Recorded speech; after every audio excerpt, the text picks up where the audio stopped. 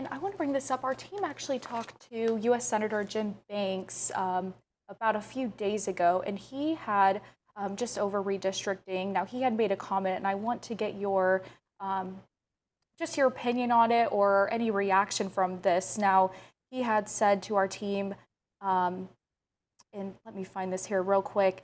Now, he had expressed, I think there are a lot of compelling reasons to take a look at what happened in the last census, which counted illegals, that President Biden's and his administration, when they counted census numbers, they included illegal immigrants in the census, and that governed how districts were drawn and what states got more district, what states lost districts, and that's not fair. Haven't met any Hoosier yet on either side of the aisle that thinks we should allow illegal immigrants to be counted in the census, especially as it relates to how congressional districts are drawn. Do you have any opinions on that or any follow-up on that? Sure, I get what Senator Banks is saying. Again, I have tremendous respect for Senator Banks as well. I believe he's talking more nationwide because there are states out there where we know for a fact that illegals have voted in their elections. But Indiana has, thanks to the work of the General Assembly, we have very tight election laws. So I'm not saying it didn't happen here, but it certainly didn't happen at the scale that we're seeing in other states across the nation. And let me see. Now, could you speak to how this redistricting debate might affect party unity and voter engagement in your district and even statewide across the Hoosier State? It's an unnecessary evil. There's no reason, my opinion only, for what that's worth. There's no reason to have this discussion other than the fact, it has been brought up. It's been forced upon us. The media, I think, is behind this because it's a juicy story. This is like the seventh or eighth interview I've given on this. I'm essentially saying the same thing over again now. But give it a week, let it die down, and some other story will come up. But gut feeling, and hopefully I'm right on this. I don't see this going anywhere other than just a discussion topic for a few days. Let's see here. Now, in Texas, the proposed map seeks to concentrate Democratic voters in urban centers while expanding Republican-leaning districts in suburban and rural areas. How do you think this strategy compares to what's being discussed or proposed here in Indiana? I've heard nothing proposed in Indiana. Again, this is all speculation.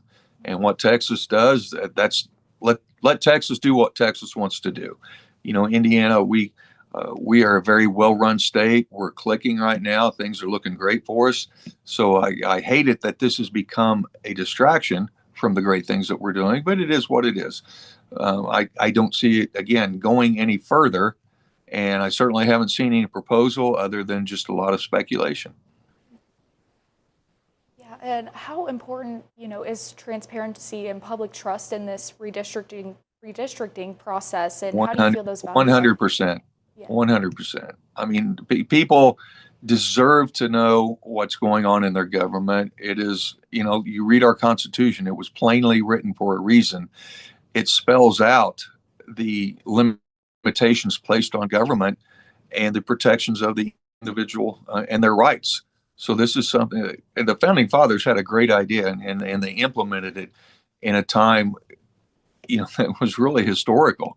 And what they left us is just a miracle. It is an absolute miracle of government. So I answer to my constituents. Everybody answers, to the people that vote for them, whether they agree or disagree. And we can have civil disagreement. And that's something I encourage. People that are for this, I welcome that debate and that discussion. Let's be civil about it and let's be rational. But if it needs to happen, then by all means, let's have it. Wonderful. And that kind of leads me to my last question, of course. But after my last question, if there's anything else you'd like to mention, please do so, absolutely. But my last question for you, what feedback have you received from constituents when pushing back publicly? Some people, you go on my social media site, it gets pretty active on there sometimes. Some people say we should stoop to the level of Democrats. I disagree. I respectfully disagree. There is a time and place for that when we need to push the rule of law in a firm manner. When we have all the facts and truth on our side, push it because America is a rule of law nation, and we have to have that. Otherwise, it's just anarchy, and we turn into other nations, and we're better than that. But as far as pushback, again, let's have that discussion. But right now, I'm firmly in the no camp. Let's not do this. We have more important issues and things to focus on, and I'd rather spend energy on that than something that like this. That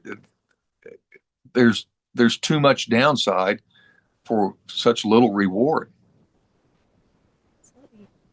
Well, let's see if I think those are all my questions for you, Mr. Lucas, but is there anything else you'd like to mention in this whole discussion of redistricting or what's happening even tomorrow in Chicago? This is obviously an emotional issue, and I just ask people, take a deep breath, think it through, try and consider both sides of this. And once you land on a spot, be prepared to debate your position because this is probably going to become something that we're going to have to deal with, and so be it. That's why we're up there. Wonderful. Hey, thank you so much. I really appreciate your time with us today, and I know this has been a hot topic. I know you've been in a lot of interviews saying the same thing, so I do appreciate your time here. Thank you so much. Oh, my pleasure. Yeah, anytime you reach out. Thank you.